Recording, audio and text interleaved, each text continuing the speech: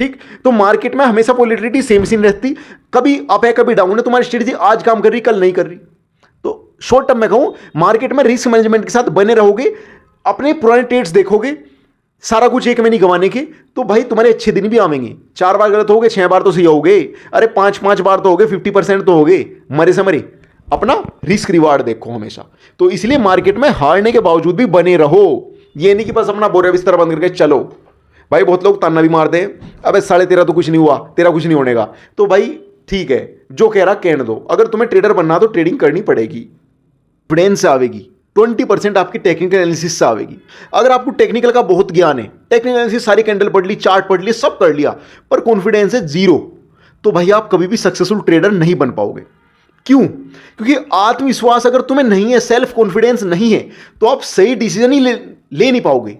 आपको जब ट्रेड लेना होगा बड़ा, तब आप लोगे छोटा। आज जब आपको करना होगा स्केलिंग, तब आपकी गांड फट जाएगी। क्यों? आपको कॉन्फिडेंस ही नहीं है अपनी स्ट्रेटजी पे। तो जब जब आपकी स्ट्रेटजी में कॉन्फिडेंस ही कमी होगी, तो तब तब आपके डिसीजन गलत होंगे। आप सही डिसीजन ले नहीं पाने के, क्यों ले पाने के? मान लो आपके ट्रेड लगातार गलत हो गए, गांड फट गई, वो भैंचो मैं तो स्ट्रेटजी छोड़ रहा हूं, मैं तो नई स्ट्रेटजी बनाऊंगा। अब आपने नई स्ट्रेटजी बना ली, कॉन्फिडेंस उस पर भी कुछ नहीं है, क्योंकि वो तो आपने गांड फटी को बनाई थी। मान लो जब बुलिश ट्रेंड था, साला हफ्ता ही पूरा बुलिश था, तब आप उसे सेल कर रहे थे, और जब वो अगले हफ्ते मीन रिवर्सन की वजह अगले हफ्ते गिरा, तो तब आप उसे बाय कर रहे थे। क्यों? क्योंकि आपने बुल मार्केट में स्ट्रेटजी बनाई, तो आपको लग रहा कि बस मुझे तो हर कैंडल की क्लोजिंग में बाय कर लेना। इस तरह की आधी अधूरी स्ट्रेटजी हमेशा आपको नुकसान देके जाएगी।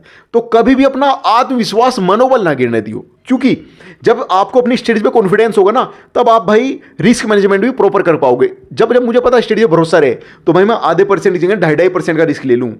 मैं पिछले वाले को कोस्ट करता रहूं, अगले वाले पे रिस्क बढ़ाता रहूं। पर रिस्क मैनेजमेंट भी एक अपना बहुत जरूरी है, पर कॉन्फिडेंस भी उससे ज्यादा जरूरी है भाई। तो अपना कॉन्फिडेंस बचा कर रखें।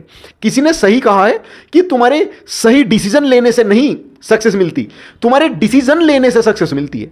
कॉन्फिडेंस रखो अपने डिसीजन पे कि हाँ भाई सही होगा, आज नहीं हुआ, कल नहीं हुआ, परसों नहीं हुआ, तरसों तो होगा। अपनी स्ट्रेटजी को बैक टेस्ट करके रखो, उस पर ट्रेड लो। मैंने पहले भी कहा, ट्रेड लेते रहो, अपनी स्ट्रेटजी बैक टेस्ट करो, 100-200 बार